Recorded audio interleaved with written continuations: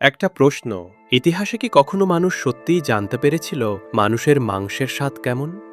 এই প্রশ্নটা কৌতূহল থেকে আসেনি। এটা এসেছে একেবারে বাঁচা আর মরার সীমা থেকে। 1846 সাল আমেরিকায় ক্যালিফোর্নিয়ায় যাওয়ার পথে ডোনার পার্টি নামে একদল মানুষ হঠাৎ বরফে আটকে পড়ে। চারদিকে বরফ, রাস্তা বন্ধ, শিকার করার সুযোগ নেই, সঙ্গে আনা খাবার একেবারে শেষ। এই চরম ঠান্ডা আর অনাহারে কিছু মানুষ স্বাভাবিকভাবেই মারা যায়, কাউকে হত্যা করা হয়নি।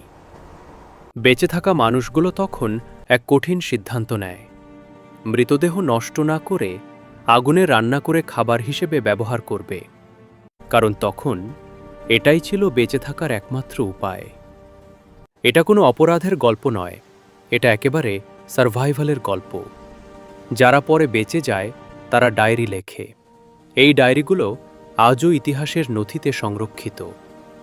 সেই লেখাগুলোতে তারা বলে, রান্নার পর স্বাদটা নাকি শুকরের মাংসের মতো মনে হয়েছিল।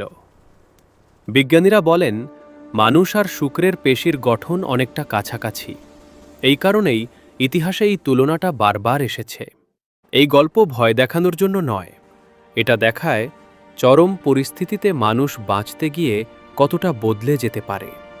আপনি যদি এমন বাস্তব কিন্তু অজানা ইতিহাস জানতে চান, তাহলে লাইক দিন, কমেন্টে আপনার মতামত লিখুন আর চ্যানেলটা সাবস্ক্রাইব করুন।